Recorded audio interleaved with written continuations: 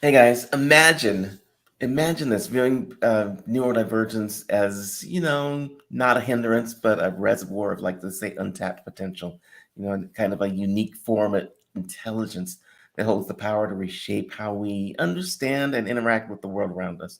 So joining us today is the remarkable Lauren Polly, an accomplished author, speaker, life coach, and she uses her personal journey with bipolar disorder to redefine mental health for millions. Lauren is the award winning author of the groundbreaking book, The Other Side of Bipolar, which we're going to talk about today. She illuminates an alternative view of mental illness that I think is super interesting. We're demonstrating that you know, it can be seen as a unique capacity rather than a limitation. She's also the founder of Mental Wealth Movement, which aims to help others thrive beyond their labels and reclaim their innate gifts. Her insights and transformational journey serve as a kind of a beacon of hope and an invitation to see mental health in a new light. I love that whole topic, and that's what we're going to be talking about today. So here we go.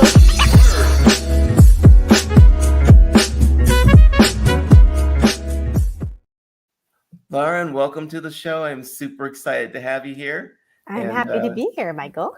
let's jump into this. By the way, I just love your entire background that you got going on right there. Thank Um, you. let's jump into this. So, like, first of all, just like briefly describe like your journey with bipolar disorder and like how it shaped your work, your life. Give us some background, some context. Mm. Well, I, like most people, were diagnosed when I was quite young. That's happening more and more frequently these days. I was 14 when I got the diagnosis, and that was after my parents found a suicide letter that I had written. It was months and months of kind of a downward spiral for me where when I was younger, I was very creative and very unique. And that kind of served, also very, very sensitive. And it served me well because when you're little, you're allowed to be different and unique. And then you hit your teen years and, you're supposed to conform. Yep. And then you hit adulthood and you're supposed to conform even more. And those of us who are divergent, which just basically means you divert from the typical, I think everybody is like that, just FYI, Hmm. to varying degrees, it gets really hard because you start to have to live your life kind of slotted into a role that other people give you. And I had a really, really hard time with that. I had a lot of reactions to my environment, the expectations that were put on me, and that kind of was the beginning of the downward trend. When you say downward, what do you mean? Like, because you said when something was really interesting. You said I was creative, but aren't you? You're still Mhm. creative, I'm guessing. I am, and I had to reclaim that for myself. For me, the path to like healing began a little bit more in the Western medical model where there was something wrong with me. There was a diagnosis, there was a limitation, there was something wrong with the way my brain ticked and the way I had emotional reaction to the world. So my way of fixing that was to really learn how to play normal and to wear that mask really well. And what I did in the interim is kind of shove my creative side down because if I could just be very black, white, linear, then to me that felt like sanity because I was able to fit in.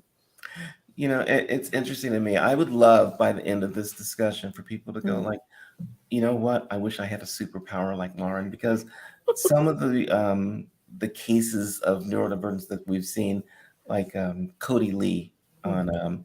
uh, American Idol, whichever one the show was on, it's just amazing. And he's like so far down the spectrum. You go like, how can he even function? But when he plays music, it is amazing. And I would love to see people go like, I want a superpower like that. Yeah. And so many of us think that superpower has to be something like that, like I'm a savant in something, like a savant Hmm. musician. But a lot of times, like for me, it was just more my empathetic ability, my ability to read people and really feel their emotions. My background's working in the hospital as a speech pathologist, and I've always been really successful there because I'm able to connect deeply with people. So a lot of times these mental health issues are really a sensitivity that if you start to really work with it, you can discover a strength that can be like a usable asset in your life. Yeah. So, like, what sparked you, like, to go and think, I'm not going to see this as a limitation, but as a unique, capability, something that's Mm. different. I had like two turning points. The first one, I was diagnosed when I was 14, and then I like shut myself down for years playing Hmm. normal. And then I discovered a holistic psychiatrist when I was 20, and he was really the game changer. He was like, let's stop thinking about what's wrong with you and actually start developing your entire person. So that was like energy work, diet, meditation, more kind of life skill development, how to navigate the world, especially being in college. That was super helpful at that time. And then later in my life at age 30, I found energetic psychology. And that really, it looks a little bit more at like the unseen parts of life. So the things where you walk into a room and you can feel the tension, but everybody's smiling. Hmm. For me, I've always been super aware of the undercurrents, but because it wasn't seen, it didn't seem real. And then when you react to something that's not seen, then you look a little nuts. You know what I mean? Yeah. Yeah. So those were kind of my big turning points. And they had a different lens. They didn't have a lens of, here's the diagnosis, something's wrong. It's, okay, here may be a diagnosis. But instead of being a life sentence, it's actually just a guiding path to really look at what's unique about you. And then how do you function in life with that? Yeah. Yeah, that's awesome. Like I have a question about your book too. Like in your book, you invite readers to basically re-examine their definitions of mental illness. And so like can you just elaborate on that? Because I that's where I want us to get to. Re- Yeah, well, mental illness for so many people, I don't think they know what to think of it for a long time, especially when I was diagnosed. It was such a hidden thing. And so I grew up with the fear of being stigmatized constantly. Now it's out and about more. People are talking about it a bit more. But I still feel like there's like a fear factor around it. So instead of thinking that your brain makes you different or your emotions make you too different to be okay, you have to really start looking at holding space for those same personality traits in a different way. And what I mean by that is like literally taking the lens instead of kind of being very myopic with it of here's a problem I have to solve or suppress, holding space around it and being like, if I looked at it in a different way, how could I actually utilize this and have more radical authenticity in my living? And it's more about that unique journey that you can go on in your human experience, more so than following the rote label that you may be given. You know, I guarantee there are people who are watching this and they're going like, oh, maybe I'm different. And how do you talk to someone and go like, you know, how do you know if you're neurodivergent? What is it that makes someone different? Maybe I'm neurodivergent and I don't know. Yeah, I think everybody is. I've spent years and years rehabilitating brains, like 18 Uh-huh. years of that, and no brain has ever been the same. And what makes the brain different is really not only its neurology, but it's really how we interact with the world, how we process our environment. And all of us are so unique and so different with that. Honestly, I think everyone is neuro or emotional divergent. I think of myself as emotionally divergent. Some people are way better at wearing the mask than others. And so, if you're curious about yourself, I would maybe examine kind of the weird or wacky things that you do, Mhm. or the things that people are like, wow, you know what? You're such a good listener. There you go. You Like so know, go yeah. ahead. Well, it's just interesting to me because I was talking to one woman that I was working with in coaching, and she's like, I always got in trouble as the class clown because I couldn't shut up. Basically, I was like talking to everybody.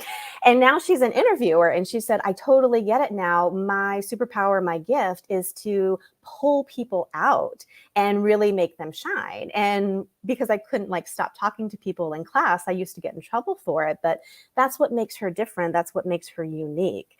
And there's a wide spectrum. I mean, there's people who obviously have a hard time functioning in life with a lot of these more severe cases, but it doesn't mean there's not potential for progress for them and to be a contributing member of society. Yeah.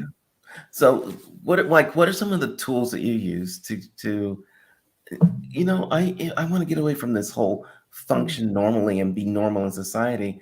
But you said you were wearing the mask so that you could function in society normally.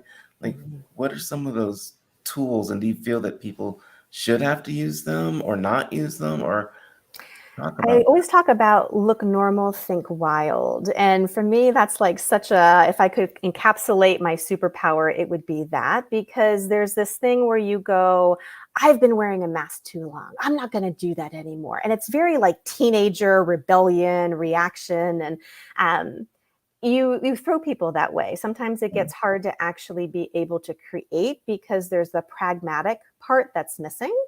And then if you're looking too normal, you're a little bit tamped down from your creativity and your superpower. So being able to kind of hold a bigger picture, hold a bigger game in your head. Mhm. How can I be unique and show up here and relax into myself? That was a big thing for me, is I noticed I was using a lot of control and a lot of tension to kind of force my way through. One of the big things I worked on was actually taking a breath and even just relaxing in interactions with people. That in of itself allowed me to kind of hold that space and that lens a bit bigger, so I could see where maybe I was expected to say this, but if I went over here and responded to this unseen thing, maybe Mhm. there was a different possibility in this interaction. How did you train yourself to know, like, what people expect versus what you really wanted to do? I think everyone is really aware of that, and we're unconsciously reacting to it constantly. There is like a push button system, and I see that in the communication field that I work in all the time, where someone pushes this button, this is how I'm supposed to respond. Yeah. This person gets angry at me, here's my response. It's a conditioned thing. And so sometimes that's expectations other people have. Sometimes people are projecting their own stuff on you. That happens all the time. Mhm. You really have to take that self-discovery journey to find out who you are in the noise of all of it. Taking space for yourself, being able to have space in an interaction, and I'm using that word a lot. I get Mhm. that. For me, it's more of a sensation of space. It's a pause before I react. It's feeling my feet on the floor so that I actually ground into my body before I kind of match a projection and push myself in. And in that space, I'm really looking at, where is my judgment right now? Am I judging myself? And is that bringing up predisposed conditioning to how I'm going to respond here? So how do you know? Like, okay, you've got parents that are going to work with their kids. You've got people who've never been diagnosed. You've got people who are on this spectrum, right? And one of the things that I never myself want to do is shut somebody down from being creative, right? Yeah. Because creativity is hard to get back at once everyone says you can't do it. So how do you, as a parent or a teacher or someone who's got influence over others, just not kill Mhm. that creativity? Because there's so much that can be learned from a different point of view. It's an amazing, amazing questions, and I wish more adults would ask that. Biggest tool I can give you is ask more questions. Don't give statements. What are you aware of in that situation that has you reacting? Okay. Oh, you're upset? Okay, can you tell me a little bit more? Giving them some actual space to process it for themselves, because the way they may be interacting with the situation may be different than how you see it. Asking more questions will always open up more space for the individual to explore and then eventually be able to express. So that's like the very first thing I would tell anybody, is just ask more questions and give less statements. And also watch where your own conditioning may be getting projected onto that kid. Okay. Mhm. Okay. So when do you know where to cut off and where do you know let people just go? Mhm. Where's that line? Yeah, I think it depends on the circumstance you're talking about with that. I feel like all of our interactions are like a dance. You know what I mean? And really beautiful interactions are, it's like a beautiful tango where there's like a push and a pull, and the bodies are like responding to each other, and the music's there. Um, that is the possible way. However, most of us don't function that way. We go into control and we want to tug the other person or push them Right. away. When you look at it that way, you're like, wow, that's actually a really good visual, because you can see yourself. Watch the next time you have a heated interaction with somebody. Where are you in the tango dance? Yeah. Right?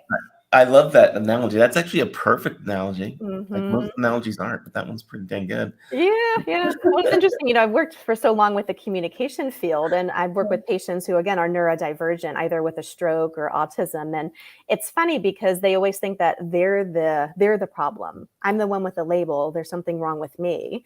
When I have to bring this thing of like, look, communication, interaction, relationships, creation, two-way streets. Everybody's a part of it. So it may not be you, it may be the other person, and it may be the way you're interacting with each other. So asking the questions, giving that space, and really being self-aware about what you may be putting on the other person, it's going to change that tango to be a little bit more loose and a little more free.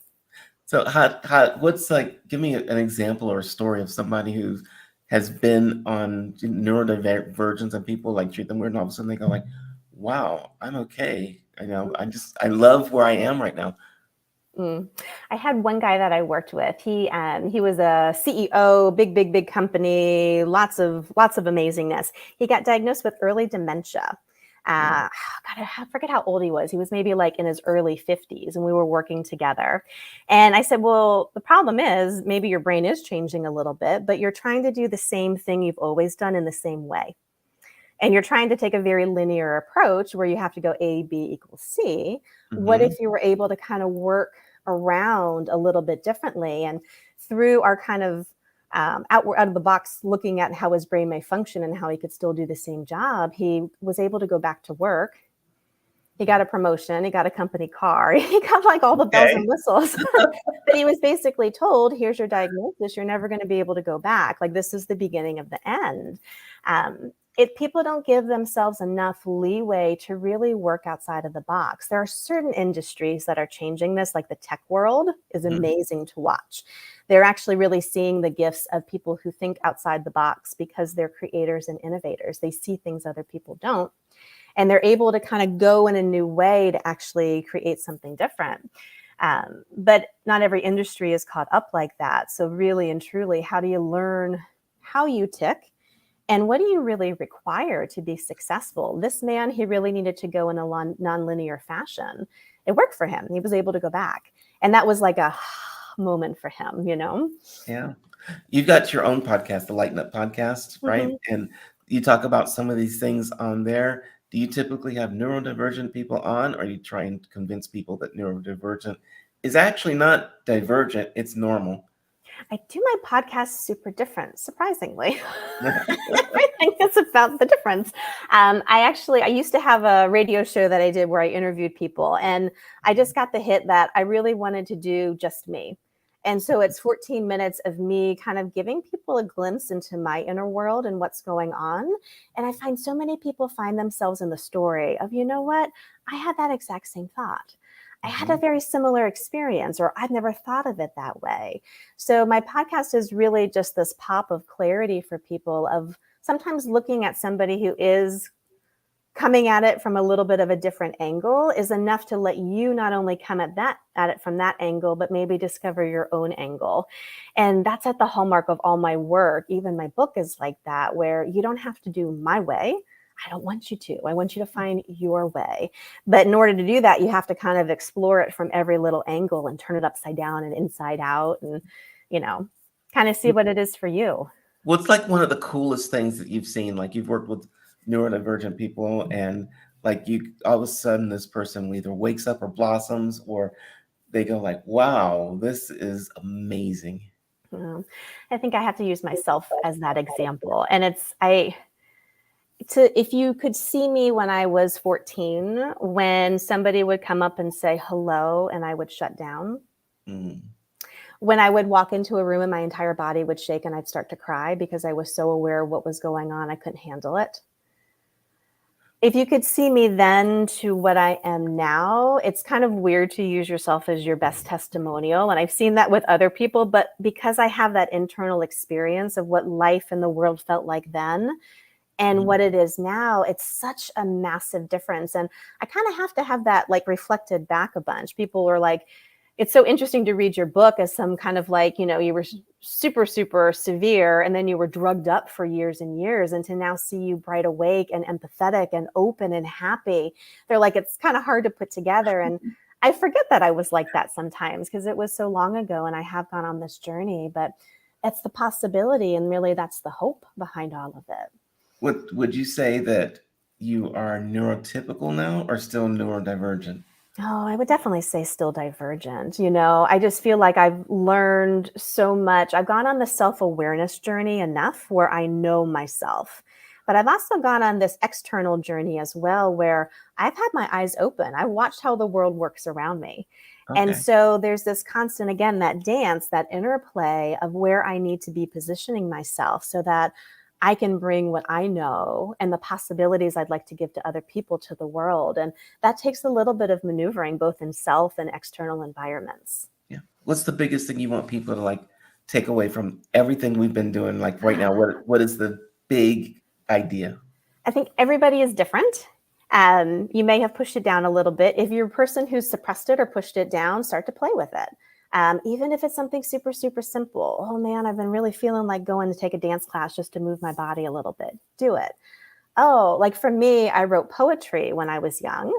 That's how I wrote my book. It was like, wow, wouldn't it be really great to get back into poetry again? I just started doing that in my own space and my book popped out. So there's easy ways if you've been in that suppression role to be able to start playing with it and bringing it forward.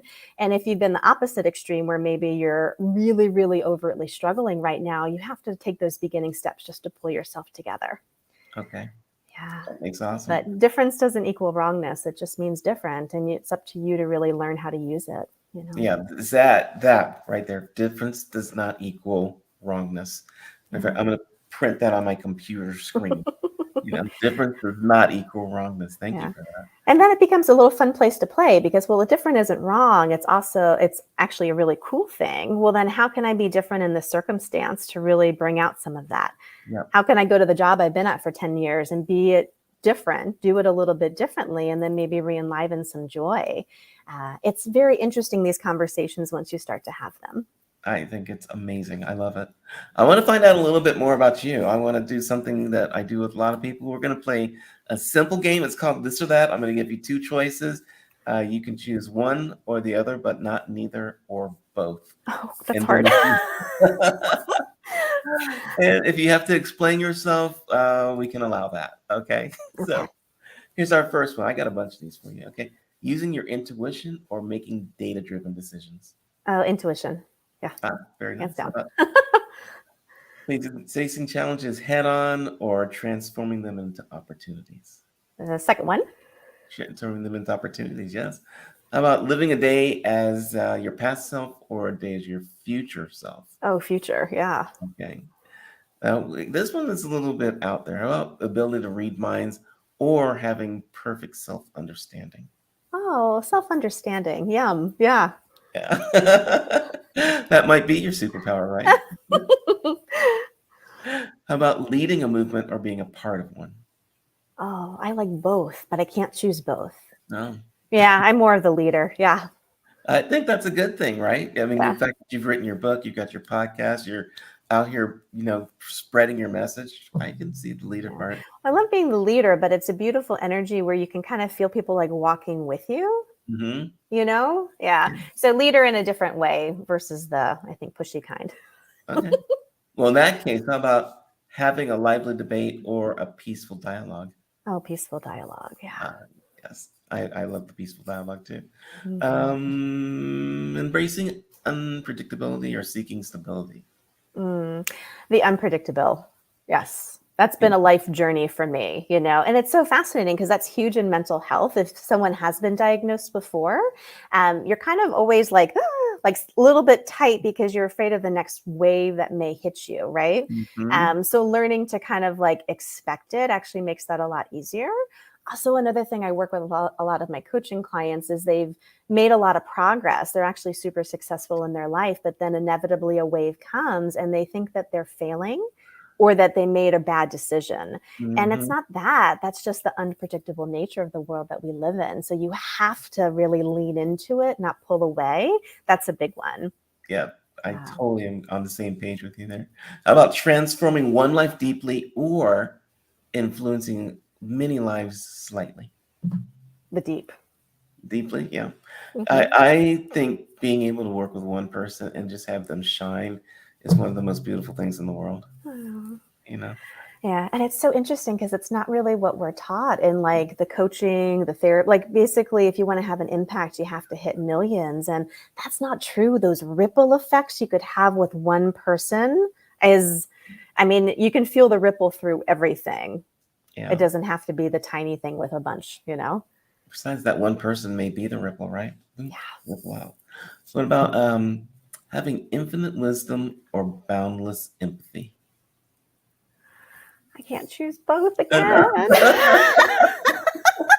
like both of those. I would say empathy. Yeah.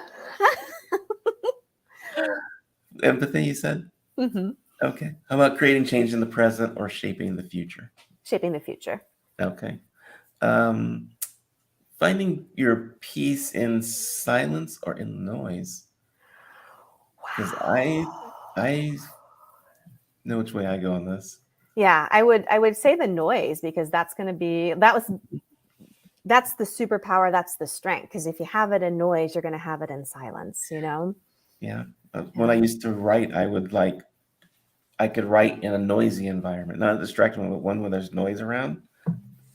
It's amazing. That's actually a little divergent thing too, because it's interesting. Sometimes that external noise is enough of a filter to kind of like open up for you to be able to find the words, you Mm, know, where I feel like some people think they have to be silent to be able to create. A lot of times that little external is very helpful. And I'm the opposite. I need, you need, yeah. yeah, Do you need dark to sleep, or do you don't mind if there's light in the room?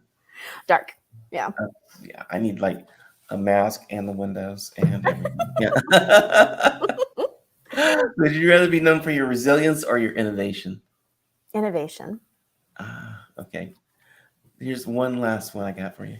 Having the ability to eliminate all mental health stigma or completely understand all mental health conditions. Oh God, both, because they're like the same and different. You know, this is where my brain likes to do like 50 million different things. Yeah. I think the understanding, though, because I really feel like that's where we actually create that destigmatizing and actually create that change, is the more understanding and empathy that we have as it's a human condition, and Yeah. giving people like grace to be able to go through that process, you know?